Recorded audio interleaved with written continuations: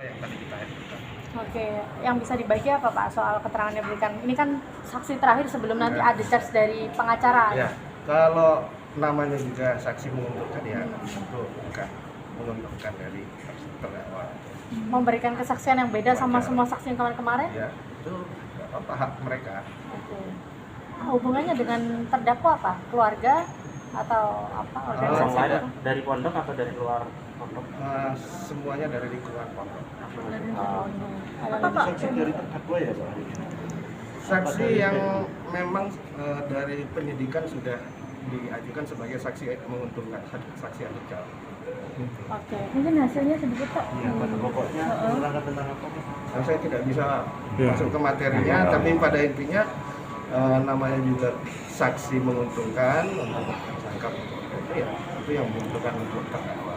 Memang dari awal ada rencana 3 ini memang sudah dijadwalkan untuk hadir sebagai yang ada charge ya Pak? Ya, Atau karena apa? memang di dalam berkas perkara sudah Oke. Terus nanti kalau yang dihadirkan oleh pengacara katanya 15 itu mulai kapan ya? ya atau tanya pengacara aja. Iya. Besok apa Pak agendanya? Besok saksi yang dari pihak penasihat hukum lagi. Dari penasihat hukum. Oke. Dengan nomor siapa?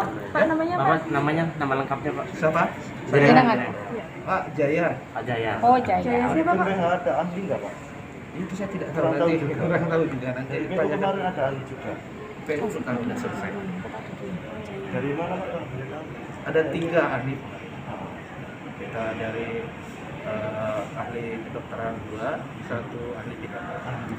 Pak, yang jelas dari JPU sudah selesai, tinggal Sudah selesai. habis ini pengacara itu ya Pak ya? Iya. Oke. Terkait siapa nanti yang diajukan ya? Tanya sama penasihat Oke. hukum. Kak, berarti total hingga saat ini ada berapa saksi yang sudah diperiksa? Sekitar saya nggak tahu jumlah pastinya ya, tapi sekitar 17-18. Oke ya. Iya. Ya. Oke. Makasih ya Pak Jaya. Pak Jaya ini kasih pinjam Pak ya? Iya, kasih pintu. Kejari Surabaya? Jombang. Oh Jombang, ya makasih Pak.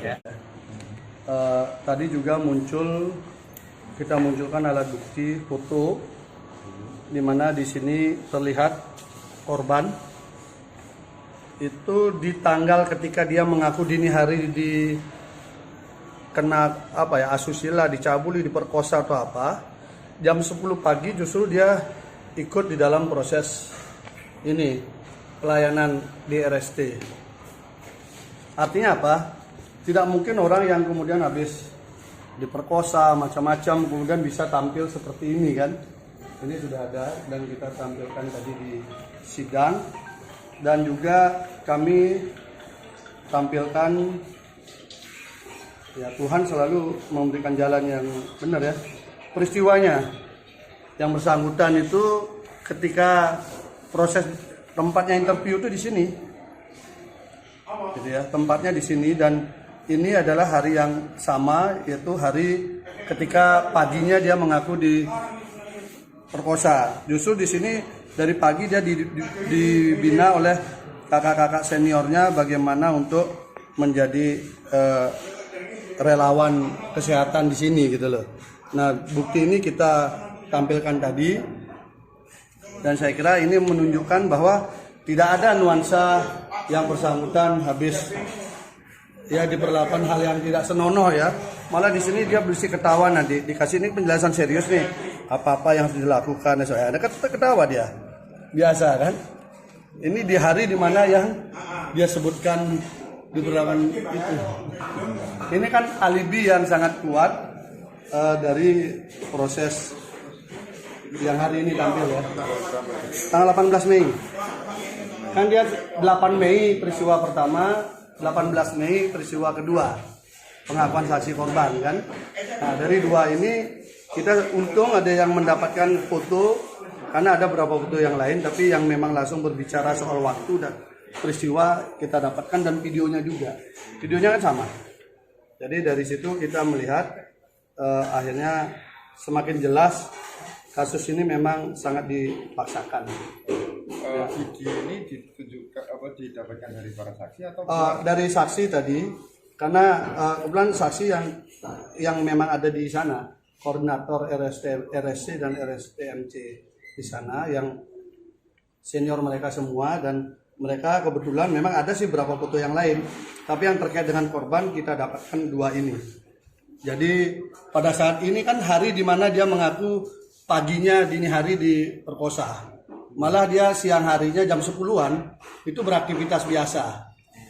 Ini juga dia beraktivitas biasa, diajari bagaimana cara untuk pasien datang dan sebagainya ya. Dan terungkap juga ternyata Mas Beki melakukan kegiatan sosial kemanusiaan kesehatan ini luar biasa. Jadi banyak orang yang diobati. Tadi satu saksi cerita kalau misalnya secara penanganan di RST tidak bagus, tidak mungkin sembuh, langsung dibawa ke rumah sakit. Dan semua biaya itu ditanggung oleh Mas Beki. Dan itu banyak, termasuk orang-orang yang di pedalaman, hanya yang jauh-jauh pun dilayani seperti itu. Bang, bisa disampaikan jenis penyakit yang ditangani Mas Beki? Termasuk yang berat-berat. Tadi ada tumor itu operasi itu sampai dia ikut membiayai. Dan itu saksinya ada. Hanya saksi apa yang dia lakukan. Jadi ternyata justru saya juga kaget dari keterangan saksi tadi yang memang bagian nganter orang-orang sakit. Dia bercerita kalau ringan dibawa ke RST, ke terapi yang diinikan oleh Mas Beki, tapi kalau enggak, Mas Beki menanamkan layanilah sebaik mungkin, semaksimal mungkin secara kemanusiaan.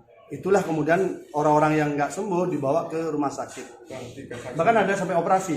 Yang 3 saksi ini kan saksi ada cas semua ya. Saksi ada cas yang ada di BAP. Iya. Apa yang kira-kira diterangkan oleh mereka yang meringankan? 2 peristiwa itu tidak ada.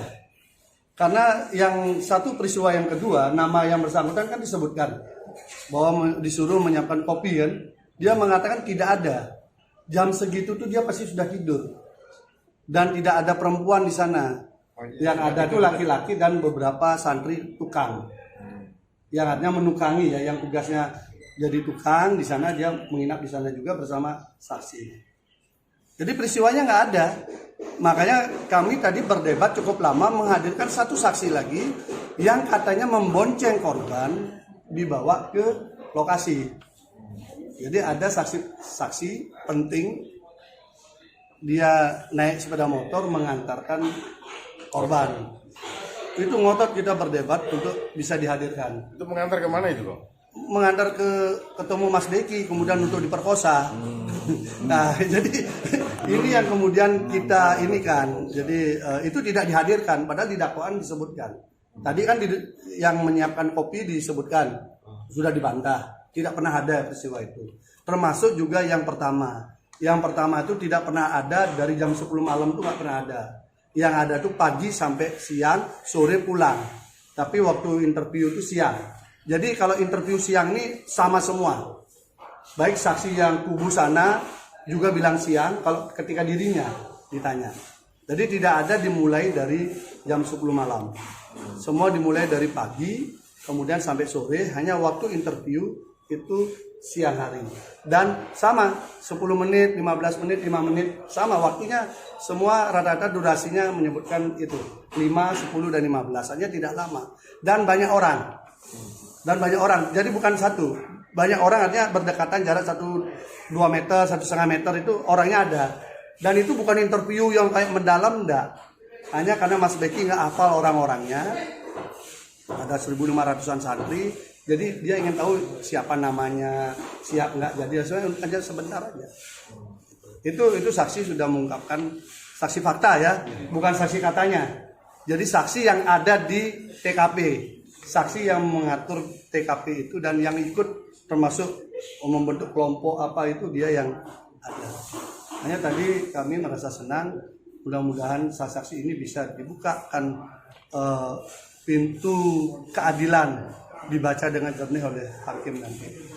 Walaupun tadi kami berdebat, ada satu saksi yang kami yakini bisa juga memberatkan kami, tapi kami penting untuk mengungkap motif di balik kasus ini. JPU tidak mau menghadirkan, kami minta untuk itu dihadirkan. Jadi perdebatan cukup panjang. Tadi secara argumentasi hukumnya, kami berpijak pada 160 ayat 1C bahwa itu harus dihadirkan.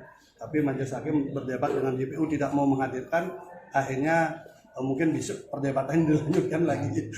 Nanti bagaimana, karena bagi kami itu untuk mengungkapkan motif kan tidak mungkin ujuk-ujuk ada rekayasa kasus ini kan, pasti ada motif apa yang mendorong. Kami ingin buka motif itu. Bang, bisa disampaikan satu, tadi kan saksi juga berpakaian napi gitu ya, saksi.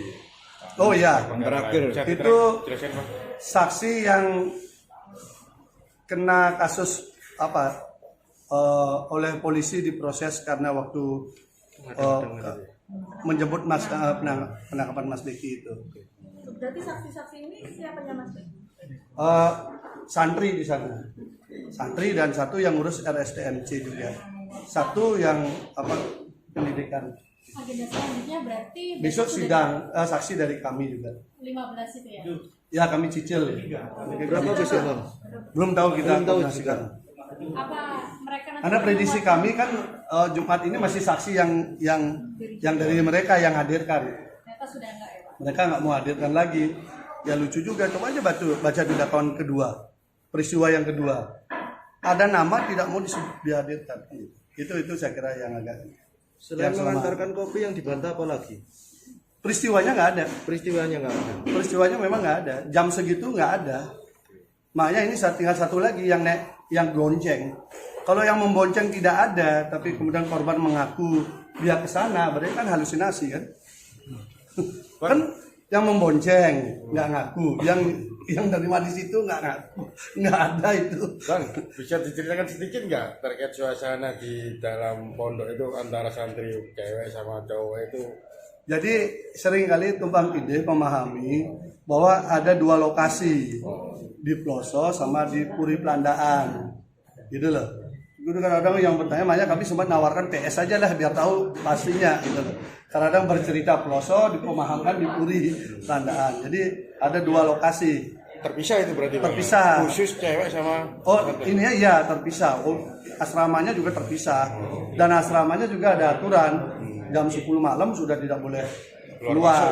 Gitu. Makanya tidak masuk akal ketika dia menceritakan bahwa dari jam 10 malam sampai besoknya sampai siang di sana gitu loh.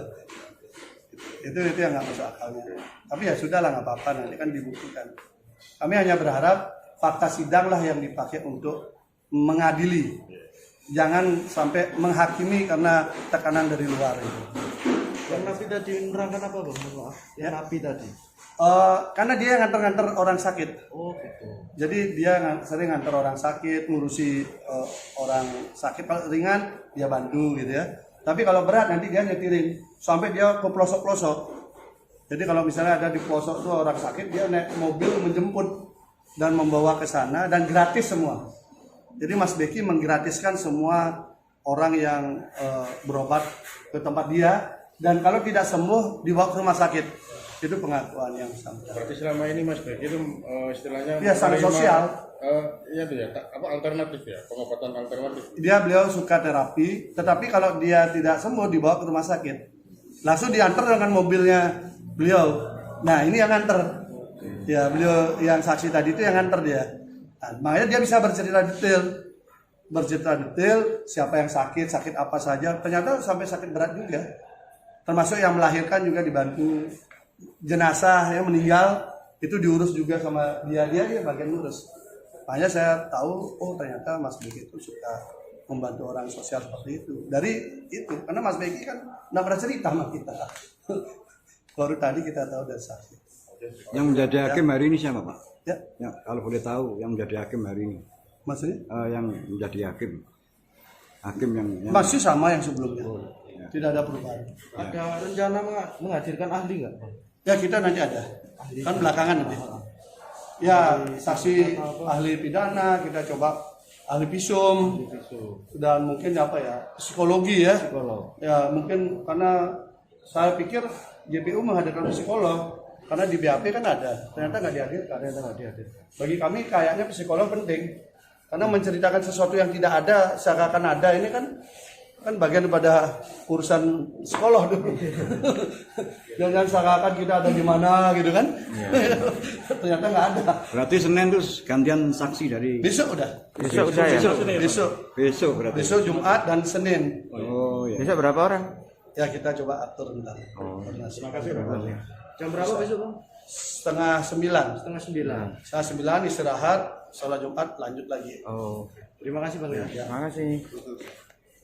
Terima kasih sudah menonton. Tayangan ini semoga bermanfaat buat kita semua. Pemirsa jangan lupa tekan tombol subscribe, like, lonceng, dan jangan lupa dibagikan ke teman-teman dan saudara kita semua. Sampai jumpa kembali di tayangan berikutnya. Channel Panggilan Jiwa. Terima kasih sudah menonton.